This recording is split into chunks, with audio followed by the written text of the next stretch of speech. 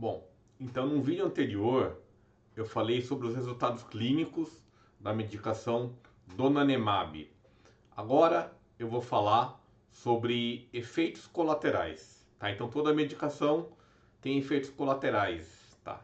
Então aqui a gente está vendo a tabela do artigo mostrando os principais efeitos colaterais, tá? Então aqui já fica um alerta, né? Que tiveram 3 mortes por um efeito colateral chamado ARIA, tá? Então ARIA são anormalidades de imagem relacionadas ao amiloide. Tá? Então tiveram 3 mortes relacionadas ao tratamento, ou que foram consideradas pelos pesquisadores como relacionadas ao tratamento, e uma morte no grupo placebo. Tá? Então, desses 3 pacientes que morreram aqui por área, 2 tinham um gene de risco, que é o ApoE epsilon 4. Tá? Se a gente pegar qualquer evento adverso sério, tá? A porcentagem foi 17% no grupo do donanemab, 15% no grupo do placebo. Ou efeito colateral que levou à descontinuação, 13% no donanemab, 4% no placebo. Tá? Então, aqui são alguns casos, e é uma descrição rápida, mas um participante que teve uma área inflamatória grave na terceira dose, um outro paciente que teve uma área hemorrágica fatal, que foi após a segunda dose, e tinha um sinal de sangramento chamado siderose superficial na ressonância de rastreio. Lembrar que o estudo do donanemab permitia, né, pelo menos uma área de siderose superficial. O outro paciente teve uma área inflamatória e hemorrágica após a terceira dose, e aí parou a medicação, os sintomas melhoraram, e quando voltou a fazer a medicação, teve uma nova área mais grave. Tá? Então, aqui foram os 3 casos que tiveram falecimento pelo donanemab. Então, o que é área? Tá? Então, a área é esse termo aqui, ó, que é Amyloid Related Imaging Abnormalities. Então, anormalidades de imagem relacionadas ao amiloide. Então, na verdade, são áreas de edema e inflamação, então a chamada área E, tá? Em que você tem uma alteração de sinal na sequência flare. Então, aqui a gente está vendo um pré-tratamento e um pós-tratamento, ó. E você vê que você tem essas hiperintensidades aqui na sequência flare. Tá? Então, elas ficam, provavelmente, mostram uma inflamação, né, um extravasamento de proteína, né, e que faz essa imagem mais branca. Tá? Então é importante ver a sequência flare para investigar as áreas inflamatórias. Aqui as áreas H, então H de hemorrágico, você pode ter microhemorragias. Então aqui é uma comparação em cima antes e depois do uso de uma droga amiloide. Tá? Então aqui na sequência que é suscetível a produtos da hemosiderina, então o SWI, o gradiente estrela, o gradiente, o T2 estrela, o gradiente eco, a gente vê aqui, ó, uma hipointensidade. Então uma coisinha preta aqui, ó, não tinha antes, tá? Então aqui é uma microhemorragia. A mesma coisa aqui, ó. A gente tá vendo aqui depois do tratamento, olha, antes não tinha nada, tá? Aqui é uma siderose superficial, tá? Então é um sangramento que fica aqui nos sulcos, tá? Dos giros cerebrais. Olha aqui que a gente tá vendo aqui, ó, né? Não sei se dá pra ver na tela, tá? Mas aqui é um fiozinho mais hipointenso, tá? Isso é siderose superficial. Então eu sempre falo que as áreas, elas na verdade, elas mimetizam 2 situações que podem acontecer espontaneamente. Uma é a angiopatia amiloide. Na angiopatia amiloide é o acúmulo da proteína amiloide nos vasos, predispondo a sangramento, a microhemorragias. Tá? Então aqui a gente está vendo microhemorragias, tá? Ó, microhemorragias.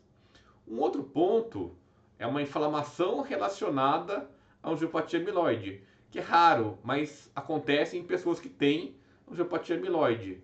Tá? Isso faz uma inflamação. Olha lá o flare mostrando essas hiperintensidades aqui, esse edema. Aí tem aqui, desenhando aqui o formato da substância branca. Tá? Então, desenhando aqui esses sulcos. Então, claro que isso é muito mais raro. E o uso de drogas anti-amiloide predispõe a esse efeito colateral. Então, a gente tem já formas de classificar a intensidade das áreas entre leve, moderada e intensa. Né? Então, as áreas inflamatórias, né? É uma hiperintensidade no flare, que ela tem a localização nos sulcos ou próximo do córtex e tem menos que 5 centímetros. Uma moderada tem 5 a 10 centímetros, né, não mais do que um local. E a intensa é quando tem mais que 10 centímetros, né, ou mais que um local.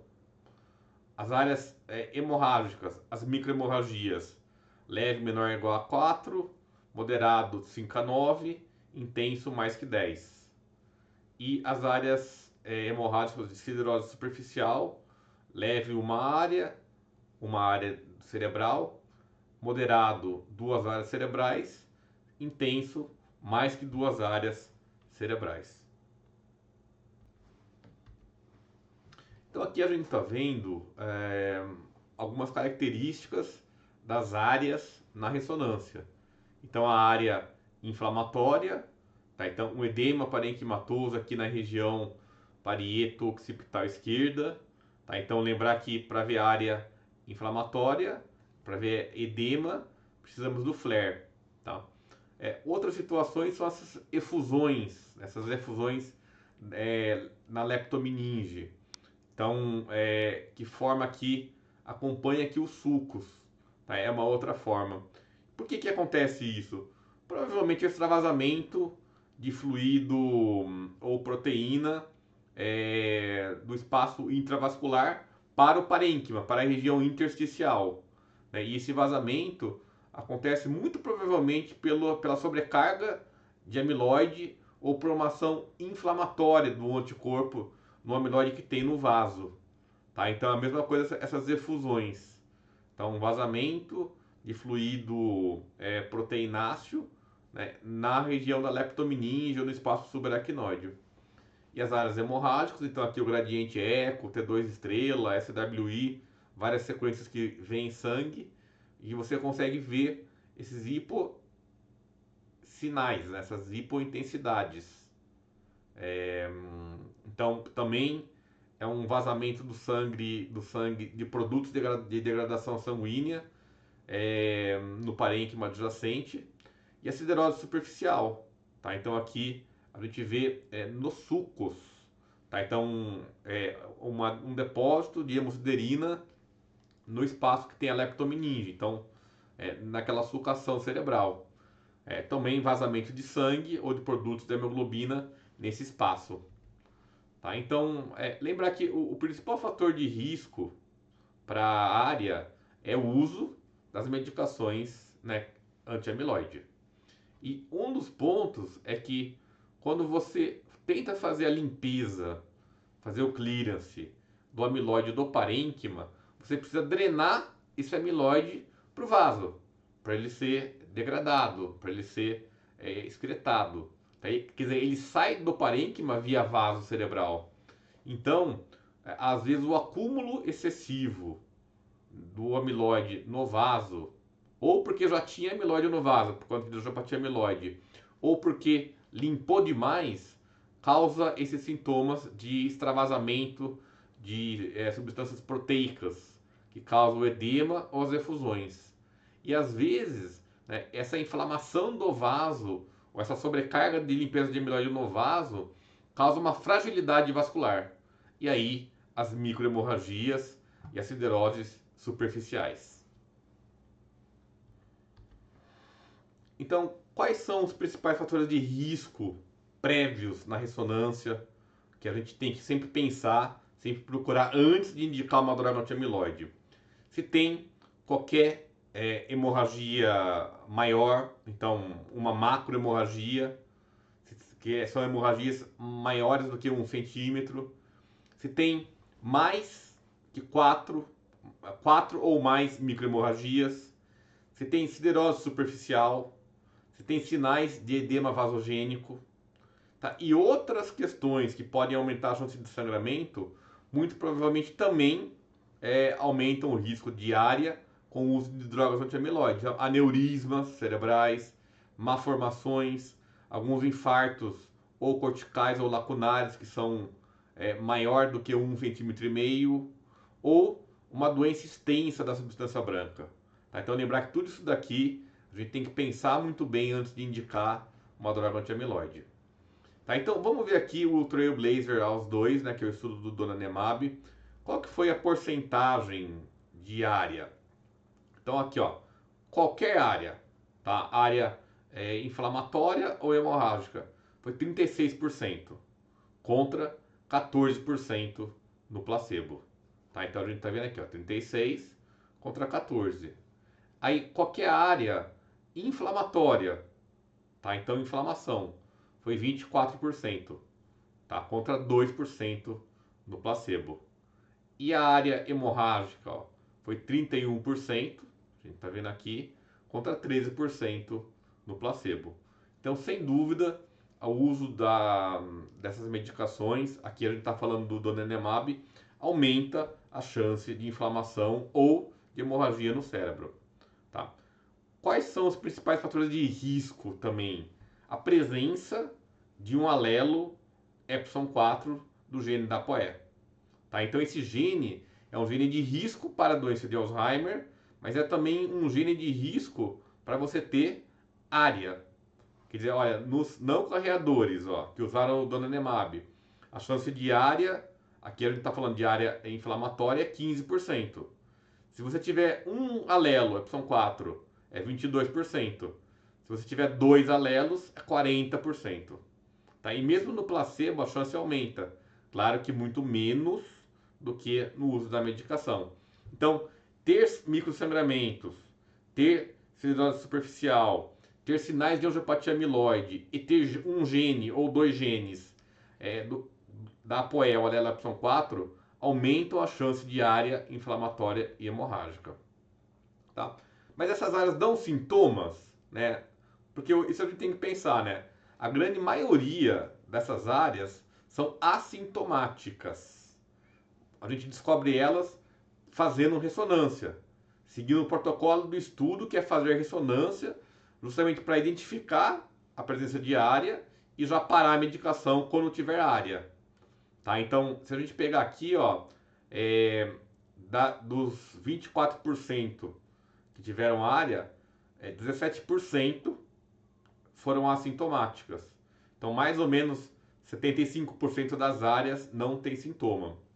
Então, das que dão sintoma, 25%, 1,5% são graves, que foram 13 pacientes. A maioria dos sujeitos tem uma resolução completa dos sintomas e dos achados radiológicos após 72 dias. Então, mais ou menos de 2 para 3 meses, né? A maioria dos casos é no começo, nas primeiras infusões. Muito provavelmente onde tem o maior clearance, o maior washout, né? A maior limpeza do amiloide no cérebro, sobrecarregando o sistema de drenagem, causando a inflamação e a hemorragia. Tá? Então, aqui qualquer área 36%, né? Área inflamatória 24%, né? Então, assintomática 17%, 75%, sintomática 6%, mais ou menos 25%. Aqui são as áreas hemorrágicas, tá? E aqui é um ponto interessante, né? Quando você pega a área hemorrágica isolada, quer dizer, teve área hemorrágica sem ter nenhuma inflamação, parece o placebo, ó, 12 contra 12%. Que isso quer dizer? O que faz o sangramento é, na verdade, a inflamação. Quer dizer, aquela coisa de inflamar o vaso e o vaso ficar mais frágil. Tá? Então, se a gente pegar aqui qualquer área hemorrágica, 31%, né? A maioria foi microhemorragia.